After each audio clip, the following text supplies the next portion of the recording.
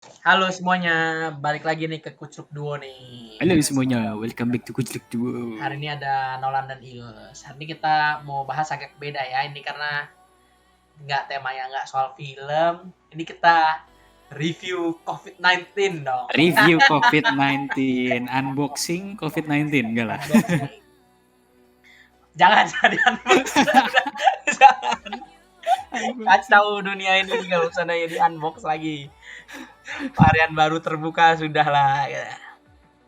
Nah, jadi hari ini kita mau ngobrolin nih, Yus. Gue udah sempat bikin beberapa list topik nih, jadi kita bisa bahas bareng nih. Apa tuh? Nah, tapi semuanya akan seputaran COVID-19. Seputar COVID-19, oke. Nih, Yus. Jadi pertanyaan pertama ya, ini kalau seandainya kalian punya pendapat, kalian juga boleh masukin aja di komen. Kita mau lihat nih komentar kalian gimana. Oke, jadi menurut lu, pertanyaan pertama, menurut lu kira-kira berapa lama lagi nih COVID-19 akan selesai? Pokoknya sampai dunia bebas COVID-19. Pokoknya udah kayak nggak ada COVID aja gitu. Udah kayak flu biasa aja gitu ya. Sudah kayak flu biasa. Mungkin akhir tahun 2022 sudah. Masih lama tahun depan. Maksudnya udah sampai benar-benar clean gitu ya Clean semuanya. ya, kayak udah semuanya udah normal activity gitu. Iya, tapi nggak ada yang tahu. Maksudnya kalau dari kondisi saat ini yang gue lihat sih, kalau berangsur-angsur sampai tahun 2022, mungkin di akhir tahun 2022 gitu. Tapi kalau misalnya di tengah jalan ada mutasi lagi, terus tiba-tiba makin parah, nggak ada yang tahu gitu. Ya, kemarin itu beneran ada varian baru itu udah lemes banget dengernya. Dan itu kejadiannya hampir 1 tahun setelah kejadian COVID-19 yang pertama ya. Iya. Versi pertama, tiba-tiba dia ada software update dong. Software update. Software update, revolusi. Kalau gua sendiri mungkin rasa akan selesai nih. Mungkin di pertengahan 2022 gua. Pertengahan 2022. Karena mungkin bukan benar-benar sampai hilang, tapi lebih kayak udah akhirnya hidup seperti normal lagi gitu ya. Karena menurut gue nih udah buat beberapa orang dan beberapa kayak tempat ya udah rame normal, udah berjalan normal. Sekolah juga udah pada masuk kan ya beberapa ya. Iya, sekolah udah pada masuk, tempat ibadah udah dibuka lagi. Oh, udah bisa ya datang tempat ibadah ya? Iya. Ke tempat gitu jadinya. Ke tempat. Ketahuan tapi yang pasti sih udah yang pasti sih harus ikutin protokol gitu. Iya. Mall juga udah dibuka gitu kan. Mall udah dibuka. Makan tempat sudah bisa gitu. Ya biarpun sekarang masih ada tapi kelihatannya dunia udah mulai normal lagi. Recovery lah ya. Karena kayak ini kan kita lokasi di Jakarta ini udah macet banget sih sebenarnya. Macet tapi kejadian lagi. Gue tuh percaya satu hal. Dunia itu gak pernah membaik tahun ke tahun. Semakin memburuk dari tahun ke tahun. Semakin memburuk dari tahun ke tahun. Pesimistik nih. Bukannya pesimistik, tapi gue kayak ya prepare aja gitu. Bukannya gue nggak akan kaget kalau misalnya di tahun depan akan ada sesuatu yang lebih buruk daripada tahun kemarin gitu. Oke, ini contohnya kayak global warming mungkin belum membaik sampai sekarang gitu. Yang beritanya selalu kutubnya makin parah. Betul. Atau mungkin sampah di ocean atau di laut itu humanity juga semakin memburuk gitu. Semakin banyak konflik gitu. Iya. Kalau gua nggak ngerasa di perspektif yang sama, tapi gua akan ngerasa dunia ini stagnan banget gitu, kayak udah gini aja gitu. Sebenarnya isunya ya gini. Tapi mungkin kalaupun memburuk, tapi kayak itu baru kejadian mungkin kayak ratusan tahun kemudian gitu. Iya. Mungkin karena kayak ibaratnya semut gitu ya, kita kecil gitu, nggak ngerasa period time 100 tahun itu kayak panjang. Cepet, iya, kita ngerasain panjang banget. Iya betul. Jadi nggak ngerasa ada perubahan. Kalau seandainya kita ngitung rata-rata kehidupan manusia mungkin ya, kalau seandainya udah kejadian 200 tahun kemudian ya kemungkinan sih udah nggak ada ya. Iya. Kecuali tiba-tiba, ternyata saya dan Yus abadi. Bahaya itu baru. Iya. Nah, itu kan jadi kira-kira kalau gue sampai di kesimpulan mungkin tahun 2022. Tahun 2022. Kalau Yus rasa di akhir tahun Akhir 2022. Nah, tahun. kalau kalian anggap di mana nih? Kalian boleh jawab di kolom komentar nih. Mungkin besok atau bulan depan. Wow, gila itu miracle banget sih. Miracle. Nah, tapi ini ada yang menarik lagi nih, guys.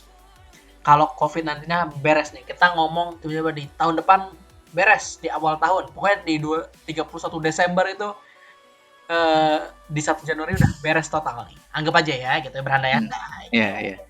Apa hal pertama yang lo akan lakukan? Pergi keluar nggak pakai masker. Iya, gue setuju. Gue juga kalau seandainya tiba-tiba pemerintah bilang nggak usah pakai masker lagi, gue udah nggak bakal pakai masker. Capek, benar-benar kayak.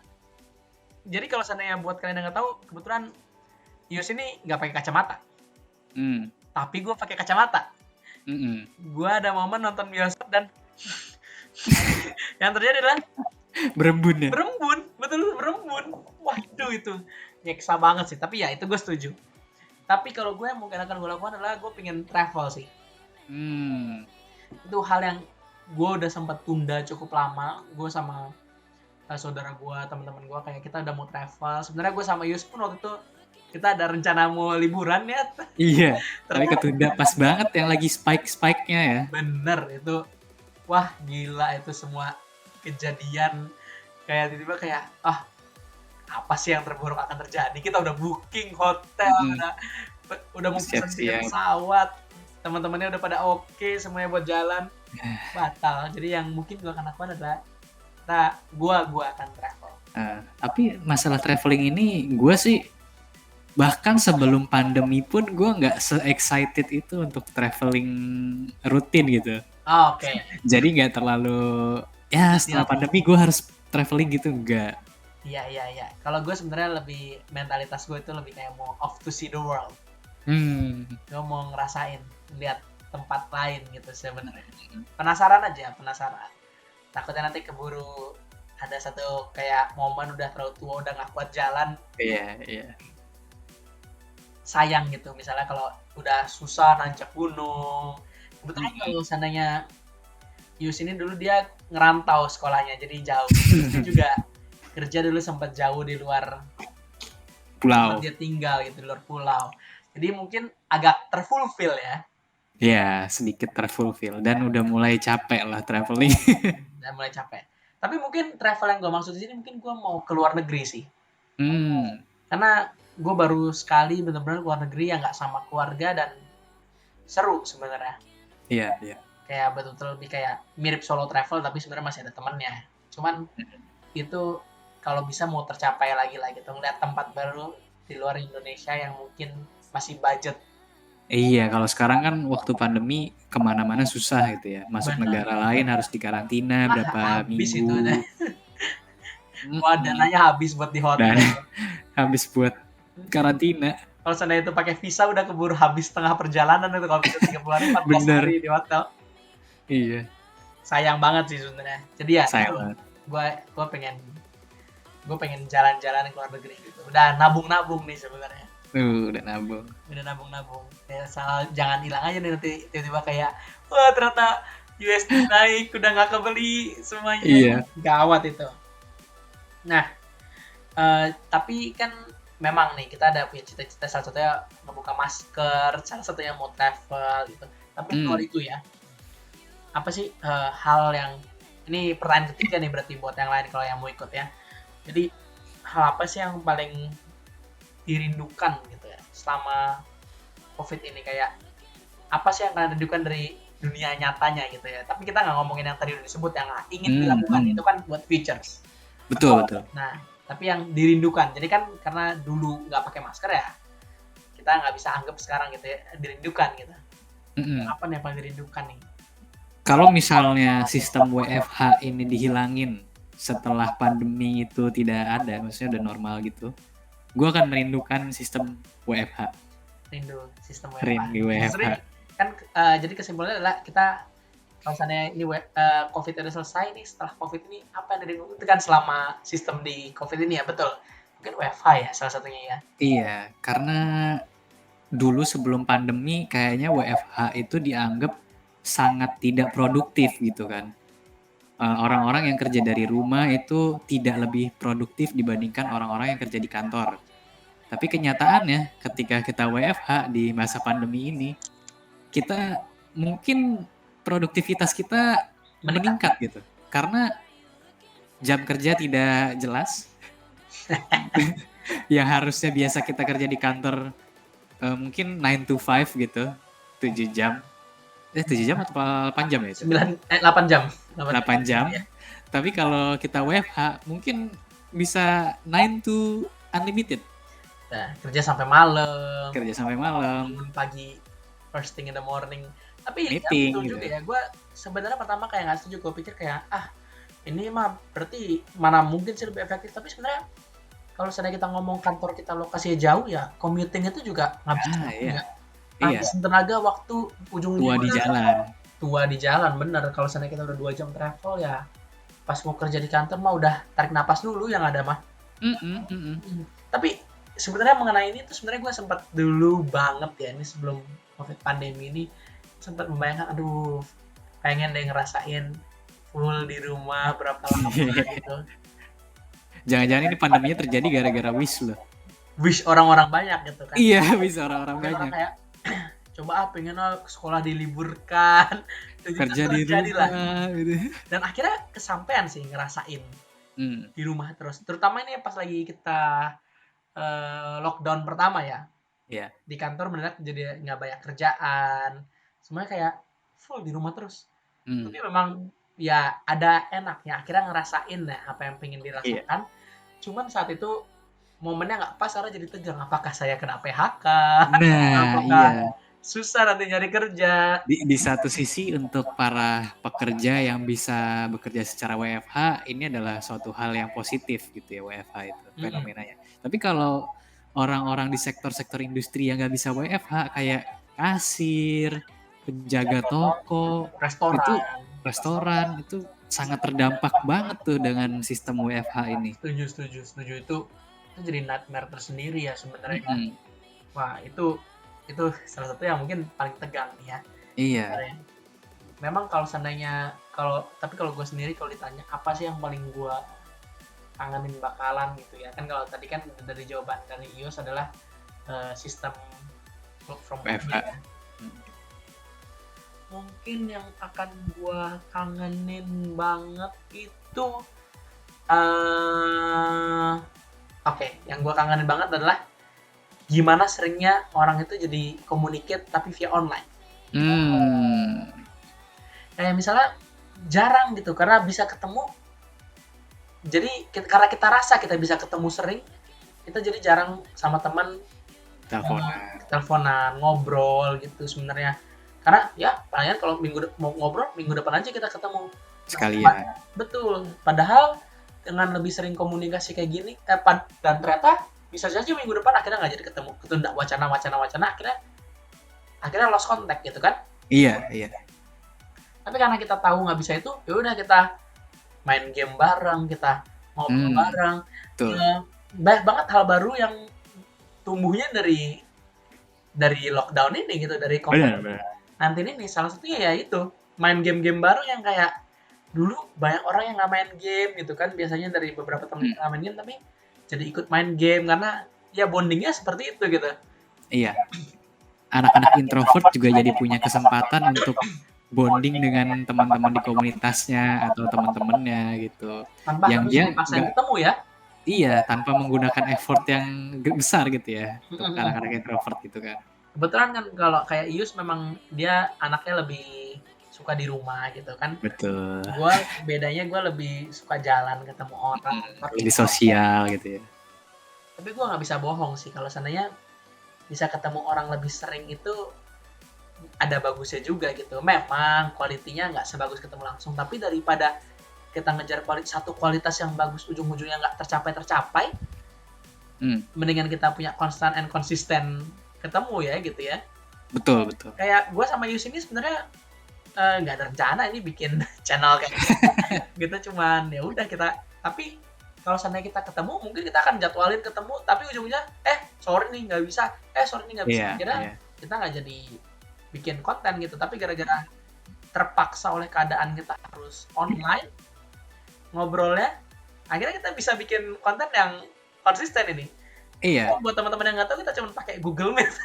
Iya, pakai Google Meet dan malam-malam. Kalau misalnya kita offline ya, nggak mungkin kita bikin record malam-malam kayak gini. Iya, terus kalau hal-hal seperti ini kita misalnya lagi Google Meet, terus kita lagi distracted aja gitu ya. Ya udah, kalau nggak jadi, nggak ngerasa kayak ya udah kita buat nanti aja. Tapi kalau seandainya kita ketemu langsung, kadang kita paksain kalau kita lagi nggak di mood gitu kan. Betul. Nah, itu ada bagusnya, tapi ujung-ujungnya dibuat ya udah agak kayak lebih minim effortnya ya. Betul-betul terpaksa, jadinya nggak bisa mikir. Ini kan kita bisa sampai jam, ini sebenarnya kita udah hampir jam 12 malam gitu seandainya. Dan kita masih bisa chill, mikir apa yang mau diobrolin gitu. Nah, ini ada satu pertanyaan, ada dua sih sebenarnya. Cuman ini pertanyaan nomor 4 berarti. Gabung ya? Ini sebenarnya nomor 4 jadinya. Oke. Kebetulan baru dapat ide. Fleksibilitas. Karena tadi 3, gue lupa apa. Gue nggak bisa baca tulisan gue sebenarnya. Buat teman-teman, gue sebenarnya udah bikin cue cards, cuman gue nggak bisa baca ulang tulisan gue, jadi gue lupa apa. Oke, nomor 4. Hal yang paling lu takutin selama di COVID ini, yang paling mencekam, paling menakutkan buat lu? Yang paling menakutkan tentunya COVID-nya itu sendiri, karena saya pernah menjadi salah satu penyintas ya. Wah ya, Yus. Gua, keluarga gue. Itu yang bikin kita batal liburan. Itu salah satunya sih. Mendadak positif. Satu keluarga lagi ya. Dan udah sehat-sehat aja sih. Iya, udah sehat. Yang bikin serem itu adalah momen-momen ketika lu ngerasa besok lu udah nggak bisa hidup lagi. Ya, ada chance seperti itu ya. Gue soalnya pas mengerikan. Pas lagi kena itu positif, ya siang sampai sore gue masih kerja, masih ada demam, tapi gue masih bisa embrace demamnya. Terus pas sore menjelang malam, gue udah mulai menggigil gitu ya. Doyong. Panas dingin gitu. Tapi gue masih di depan laptop, masih kerja gitu. Tapi sebenarnya saat itu gue lumayan khawatir tuh saat itu. Kayak gue lumayan sering chat lu sambil kita coba nyari kalau butuh rumah sakit yang mana ya waktu itu. Iya. Nah itu tuh gue deg-degan gitu, karena COVID tuh ngeri, kadang sampai betul-betul ada yang orang bisa lewat aja gitu. Iya, bisa instan. 2 hari kemudian tiba-tiba nggak terkontrol demamnya, terus wah kacau itu. Iya. Itu seram sih, itu seram. Kayak malam-malam, terus pas udah mulai malam, gue udah jam 8 ke atas, gue udah gak kuat ngapa-ngapain, gue cuma tiduran doang gitu. Tiduran menggigil, gue berusaha tidur, udah tidur. Pas malam-malam, subuh gitu jam 1 atau jam 2, gue kebangun, gue ngerasa buset badan gue panas banget gitu. Gue kayak panasnya tuh lebih panas daripada demam-demam yang pernah gue alamin. Jadi gue kayak ngerasa, sepertinya besok pagi gue udah bisa menghirup udara lagi. Gue kayak udah apa ya yang harus gue lakukan kayak di detik-detik terakhir kalau misalnya gue mati gitu. Terus gue mikir kayak udah terlambat deh kalau misalnya gue mau memperbaiki kehidupan gue juga. Itu ngeri ya, itu momen-momen. Iya, ngeri banget. Serem ya. Apalagi kalau kalian percaya adanya surga dan neraka, itu lebih serem. Kayak kalau nggak percaya ya tenang-tenang aja gitu. Hilang gitu. Iya. Ya, gue bisa bayangkan sih. Gue setuju. Yang paling mencekam itu COVID-nya ya. Cuman mungkin for the sake of tambahan info gitu ya, tambahan pendapat gitu ya, gue setuju. Tapi COVID itu yang paling mengerikan ya. Karena kita juga banyak beberapa saudara-saudara atau teman yang mungkin nasibnya nggak seberuntung beberapa orang yang hidup sehat sekarang gitu ya sebenarnya. Cuman kalau salah satu yang gue takutin lagi adalah gimana ekonomi ini, maksudnya ekonominya mengerikan banget gitu, kayak orang banyak yang hilang pekerjaan gitu. Jadi gue kadang ada takut gimana nih kriminalitas apa nanti makin naik. Iya betul. Itu mengkhawatirkan sekali buat gue juga gitu loh. Karena nggak bisa bohong, masalah perut ini orang bisa jadi ganas ya sebenarnya. Iya. Betul. Tapi ya semoga saja impian skenario 1, skenario 2 ataupun skenario 31 Desember langsung selesai bisa cepat terwujud. Iya. Kita percayakan saja sama pemerintah ya. Percayakan pada pemerintah, percayakan kepada investor-investor yang sudah melirik Indonesia lagi. Kita percayakan sama yang maha kuasa juga. Iya. Gak bisa diapa-apain ini benar-benar. Nah, ini pertanyaan terakhir nih Yus, sebenarnya Yus. Kita di satu page dulu ya ini ya sebelum pertanyaan terakhir. Menurut lu COVID ini pasti akan jadi satu sejarah kan? Bagian dari sejarah yang diingat kita mungkin kalau kita ngomongin Black Death atau mungkin wabah-wabah lainnya. Gua nggak tahu soal wabah SARS tapi ataupun flu burung betul ada, cuman kayak waktu itu kok kayak nggak se-impactful ini ke dunia, tapi ini wah ini lama banget, hampir 2 tahun. Ya, hampir 2 tahun. Jadi pertanyaannya mungkin kalian juga bisa ikut menjawab gitu ya di kolom komentar. Gimana COVID ini, post COVID ini akan mengubah dunia? Menurut lu apa yang akan berubah, Yos? Apa yang akan berubah karena disebabkan oleh COVID. COVID ini kayak dan selanjutnya akan terus, misalnya COVID udah selesai, ini akan jadi sesuatu yang baru. Yang pertama akan berubah menurut gue adalah sistem kebersihan manusia, sanitasi gitu. Manusia akan lebih aware tentang kebersihan, lebih aware tentang ya kalau sekarang kan pakai masker untuk menahan penyebaran COVID. Ya mungkin kedepannya juga orang akan lebih aware kalau misalnya gue sakit flu atau sakit apa yang bisa menularkan orang, ya gue pakai masker gitu untuk mengurangi potensi penyebaran virusnya. Iya, terus juga orang akan lebih sensitif sih ya. Bayangin kalau misalnya kita naik bus atau naik apa, terus ada orang batu gitu. Iya. Mungkin kita akan lihat, nih orang kenapa nggak pakai masker sih gitu kan. Iya. Tangan dulu masih cuek aja. Dan katanya kan untuk menciptakan sebuah habit butuh 21 hari gitu ya untuk menjadi kebiasaan. 2 tahun. Ini udah 2 tahun kita terbiasa hidup menjaga kebersihan, menjaga sanitasi gitu. Betul. Yang dulu mungkin yang namanya apa sih, tombol lift nggak pernah dibersihkan. Betul. Jadi dibersihkan. Ya gue rasa itu akan berubah. Mungkin itu akan berubah. Biarpun COVID-19 selesai, mungkin akan masih banyak orang-orang yang akhirnya memutuskan untuk pakai masker gitu, jalan kemana-mana. Betul. Juga selain itu, menurut gue yang akan berubah dan mendapatkan impact adalah di bidang industri-industri yang ada di dunia. Mereka akan lebih memfokuskan ke dunia digital yang sebenarnya sebelumnya juga udah berfokus ke digital gitu ya, ke 4G, 5G gitu ya. Udah fokus ke dunia digital, tapi dengan adanya pandemi ini pasti industri-industri mulai berpikiran untuk semakin mendigitalisasi industri atau bisnisnya.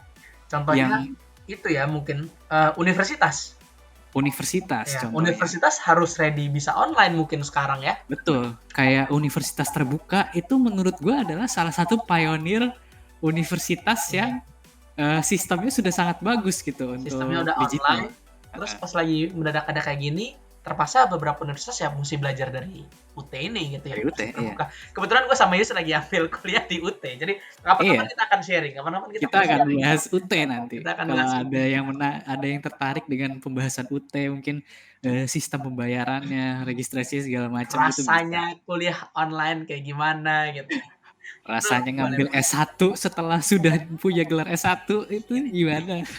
Kita belum bisa jelasin kenapa alasannya, cuman alasannya ya lumayan lucu, tapi ya kapan-kapan kita coba bahas dengan cara berbeda. Iya. Oke, tapi kalau gue sendiri yang akan berbeda adalah gimana kita judgmental sama orang sakit, Yus. Oke.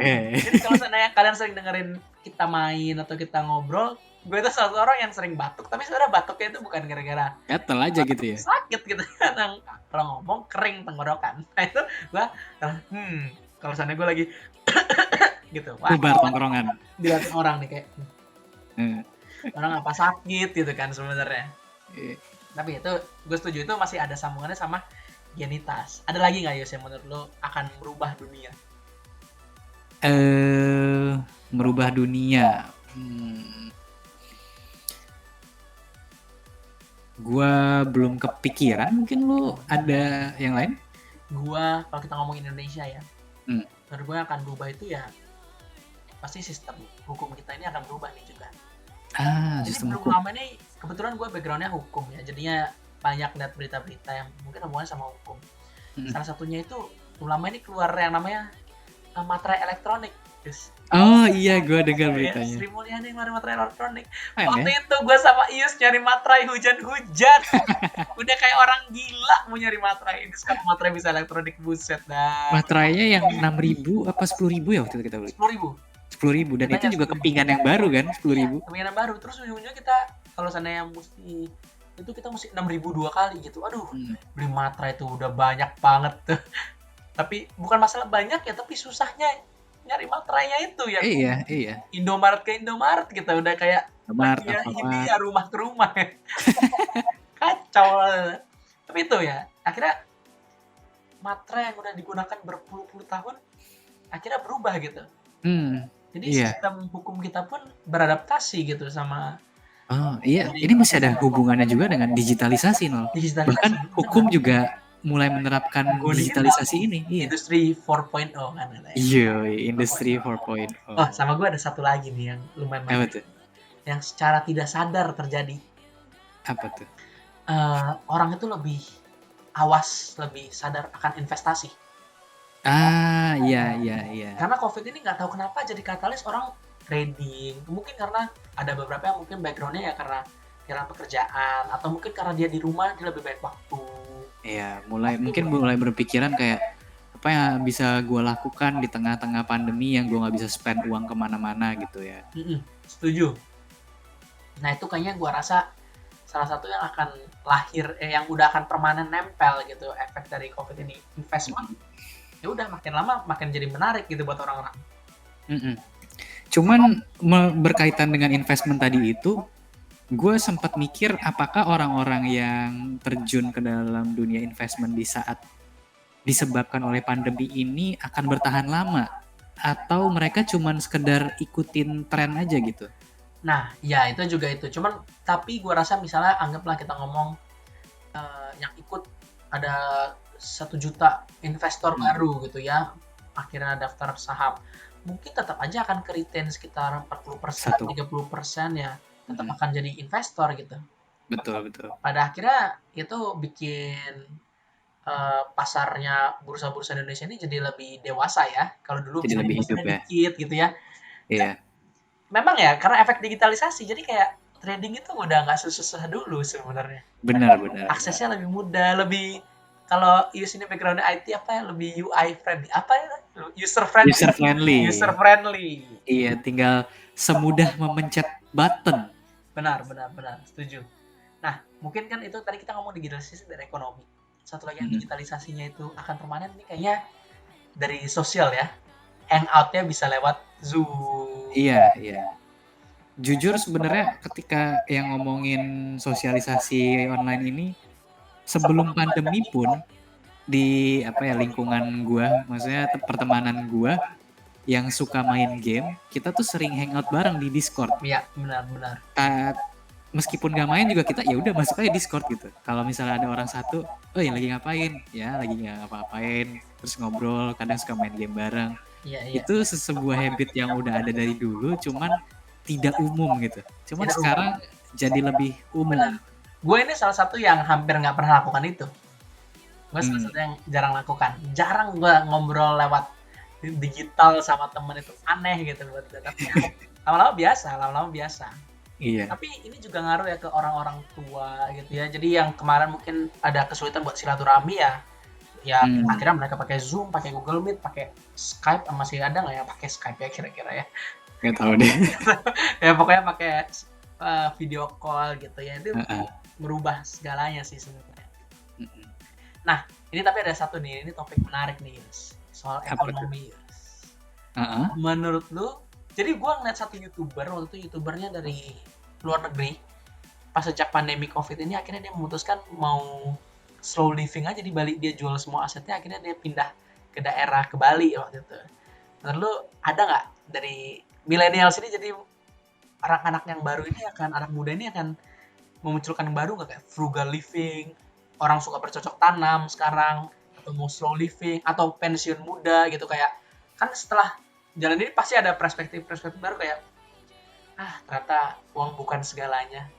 Maksudnya apalagi kan banyak kejadian yang mungkin banyak uang tapi tetap nggak selamat karena ini angka kematiannya mungkin tetap ngagetin ya buat beberapa Betul. orang gitu kan. Menurut lu gimana nih, guys? Menurut lu kayak impact-nya dari perspektif ekonomi anak-anak muda gitu gimana nih? Dampak ekonomi anak-anak muda Atau dari belakangan kehidupannya? ini selama pandemi tuh gue sering dengar istilah sandwich generation ya. Ini gue nggak tahu munculnya baru-baru ini atau memang dari dulu sudah banyak, tapi entah kenapa beberapa tahun belakangan semenjak pandemi sandwich generation ini muncul ke permukaan gitu, statement ini, kalimat istilah ini. Mungkin gue ngerasa ini juga berhubungan dengan faktor ekonomi anak-anak muda milenial zaman sekarang, yang orang tuanya mungkin pekerjaannya terdampak pandemi, mereka nggak bisa bekerja lagi, sedangkan kita yang millennials masih belum punya pendapatan yang cukup gitu untuk membiayai orang tua, kita jadi terjebak di sandwich generation itu. Ya, terutama apalagi yang anak-anak muda, yang pasangan muda yang mungkin punya anak gitu ya. Iya. Anak perlu dibiayain sama orang tua perlu dibiayain ya. Betul. Tapi terkait yang masalah kayak frugal living itu gue nggak tahu sih. Tapi orang-orang muda zaman sekarang mulai melirik jenis investasi ke bercocok tanam, berkebun, berternak itu Betul. mulai terlihat juga sih balik ke sana. Karena pada akhirnya pas lagi kita pandemi gini ya, source of food ya yang utama pada akhirnya ya. Betul. Uang misalnya kita punya uang banyak, tapi slot rumah sakit penuh. Kita mau nyogok sebesar apapun gak bakal bisa beli slot itu kan. Bener, kita nggak bisa beli slot itu. Atau kita punya uang banyak buat beli baju branded gitu kan. Kita nggak bisa jalan-jalan juga. Iya. Makanya kayak kemarin itu kayaknya mungkin orang jadi bercocok tanam karena mikir kayak ya at least gue bisa makan sendiri gitu kan. Iya, tanpa bergantung kepada produksi dari orang lain ya. Benar. Dan mungkin salah satu yang lumayan menarik lagi gua rasa akan timbul itu adalah banyak anak muda yang akan mulai berpikir untuk sedia payung sebelum hujan. Dari halo? Halo?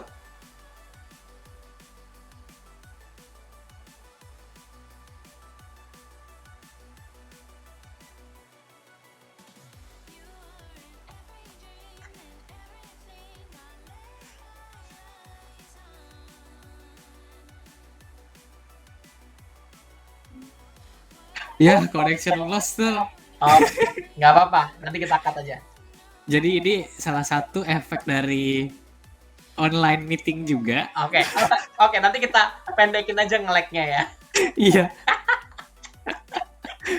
Tadi gue disconnected, guys. Disconnected tadi. Tadi lu ngomong apa?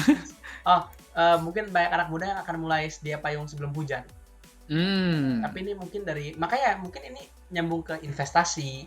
Mungkin akan nyambung ke asuransi juga. Mungkin orang akan lebih banyak pakai asuransi gitu ya. Karena ternyata itu pas lagi kayak gini, kebutuhan rumah sakit jadi opsinya kan makin dikit ya. Betul.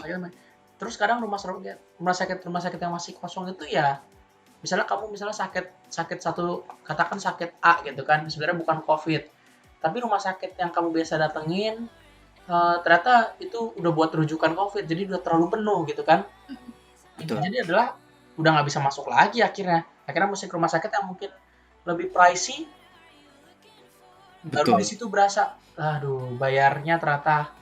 Andai punya asuransi kesehatan gitu ya. Andai asuransi, untung ini nggak berakhir kita jadi. Ternyata kita menawarin asuransi, bukan. Kita belum ada sponsor. Cuman kalau ada yang mau endorse boleh aja. Iya, tapi jangan ajak kita ke asuransi tersebut ya. Ya, tolong ya, jangan. Nggak, cuman itu menurut gua anak-anak atau orang-orang muda ini orang-orang kan lebih percaya sama insurance, pada akhirnya mulai berasa berguna. Apalagi kemarin gue salah satu orang yang sakit di luar COVID, di tengah pandemi COVID. Kalau mungkin bisa diceritain dikit dong sakitnya sakit apa gitu. Betul. Kalau Ius itu kan sakitnya senada lah sama trennya gitu kan. Sakitnya ya udah COVID, karena memang lagi wabah COVID. Gue lagi di tengah COVID sakitnya usus buntu. di tengah kantor usus Agak nggak buntu, nyambung ya agak sakitnya. nggak nyambung gitu, nyari rumah sakit susah, nunggunya lama, dan keluar biayanya juga angkanya besar gitu. Cuman kebetulan sekali baru langganan asuransi. Kebetulan Hmm. kacak 3 bulan dari sebelum-sebelumnya. Wah, Memang yang sudah hokinya memang itu kalau misalnya di asuransi lu masuk testimoni tuh. masuk testimoni atau Iya. asuransinya yang punya asuransi keplak kepala, aduh ini baru masuk terus tiba-tiba sakit lah ya kan. Kayak testimoni. Bapak Nolan baru ikut 3 bulan sudah bisa mencairkan dana sebesar sekian sekian sekian. Benar benar, tapi untungnya tercairkan sih, biarpun Tercairkan ya. prosesnya panjang tapi ternyata cair lah, udah lega lah lumayan, Hmm. Mm-mm. nggak jadi keluar sebanyak itu. Ya itu salah satu kelebihannya. Mungkin akan banyak yang ngalamin karena ada yang bilang ya waktu itu kayak dia dirawat di rumah sakitnya pun ada yang biayanya sampai mahal gitu ya. Dan yang sakit itu memang Iya. banyak ya, influencer pun juga banyak yang sakit gitu ya. Mm-mm. Tapi memang Yes. salah satu dari COVID ini ya, gue sempat pikir apa gara-gara ekonomi juga lagi buruk, kriminalitasnya juga akan tinggi banget, tapi enggak ya, ternyata kita bisa lihat manusia itu pada akhirnya masih bahu membahu ya, mau menolong satu sama lain. Iya. Nggak seperti Squid Game, nggak seperti Sangwoo. Faith in humanity restored gitu Iya, ya. masih antar ganbu. Ganbu. Apa yang gue punya lu juga. Asik. Gila, luar biasa. Tapi kita bisa lihat orang-orang banyak yang nolong satu sama lain, Iya. sumbangan ke itu. Mm-mm. Kita juga kudos banget tuh ke semua tenaga kesehatan ya. Iya, Nakes. iya. Di lini paling depan gitu ya. Luar biasa memang. Semua petugas-petugas yang masih perlu masuk, yang pokoknya masih survive ini, gua rasa akan jadi sejarah yang nggak dilupakan sampai beratus-ratus tahun ke depan ya. Betul. Karena nih siapa lagi yang bisa bikin tutup semuanya gitu kan? Iya, selain si COVID-19 ini ya. Iya, gila, betul-betul kayak gimana sampai bisa tutup itu mind blowing gitu. Mm-mm. Sekolah di libur, kayak bukan libur, kayak nggak ada masuk ke sekolah hampir 2 tahun tuh kan? Iya. Gitu. Lulusan COVID istilahnya. Siapa yang bisa bikin wisuda yang dulu segitu megah jadi online semuanya gitu kan? Mm-mm. Mungkin kalau seandainya buat kalian-kalian yang belum tahu, Yus itu hampir 1 tahun full kerja dari rumah dia. Udah 1 tahun full bahkan. Udah 1 tahun full dia kerja dari rumah. Siapa yang bisa bikin film-film Marvel tertunda? Iya. Luar biasa memang, ini kekuatan alam yang powerful. Gak ada yang bisa memprediksi juga lagi kan. Makanya ini mungkin salah satu yang bikin bingung kayak, mendadak Netflix senang duitnya banyak, langganannya ramai. Iya, Netflix, Disney Hotstar, Iya, laris. makanya akhirnya jadi satu tren baru ya, streaming juga. Memang Iya, sih kalau kita ngomong memang udah ada ya streaming, cuman popularitasnya ya baru naik mungkin pas pandemi ini ya. Game-game sosial itu juga naik banget ya pas COVID ini ya. Iya, Among Us tuh yang pertama banget kan, yang gue ngerasa kayak sebagai orang yang biasa main game, gue biasa-biasa aja gitu menghadapi fenomena Among Us. Bahkan sebelum viral gue udah sempet main gitu kan, udah kayak ayo main Among Us, gak ada yang mau. Tapi ketika boom viral gitu baru ayo main Among Us. Gue udah mulai turun hype-nya, yang lain baru naik hype-nya, orang-orang yang gak biasa main game. Lu bayangin gak sih yang punya Among Us, ini kayak gamenya kita gak laku, tidak berhasil. Doeng lo, kok banyak. Loh, jadi rame, surprise. Ya mungkin memang COVID pandemic ini salah satu yang impactful sekali ya, di berbagai industri berasa. Tuh, still ada plus minusnya juga sih tapi ya. Ada plus minusnya. Gue setuju. Ya, kita berharap semoga semuanya juga cepat kembali normal. Semoga semuanya sehat-sehat, terutama keluarga-keluarga yang orang yang lagi nonton, subscribe semuanya sehat. Ya, nggak sehat-sehat pun tetap selalu. sehat. Nggak Tapi nonton kalau subscribe mungkin jadi lebih sehat. Wah, ini kita menjanjikan janji palsu. Nggak, belum tentu. Cuman ya, semoga kalau makin subscribe makin sehat ya. Semoga. Didoakan. Udah bisa jalan-jalan, yang ingin dilakukan bisa dilakukan. Oke, mungkin itu aja ya dari kita ya hari Iya, ini. itu dulu. Iya, ini kebetulan karena kita malam sekali mendadak mulai terpikir ide-ide obrolan yang tidak umum. Iya. Ide-ide liar. Ide-ide liar. Yuk kita bikin video ini. Nah, kalau kalian suka sama video ini jangan lupa like, jangan lupa subscribe juga, jangan lupa komen juga ya. Siapa tahu bisa bantu menjawab pertanyaan-pertanyaan kita. Iya. Oke, dadah semuanya. Thank you. Dadah, sampai jumpa di video selanjutnya.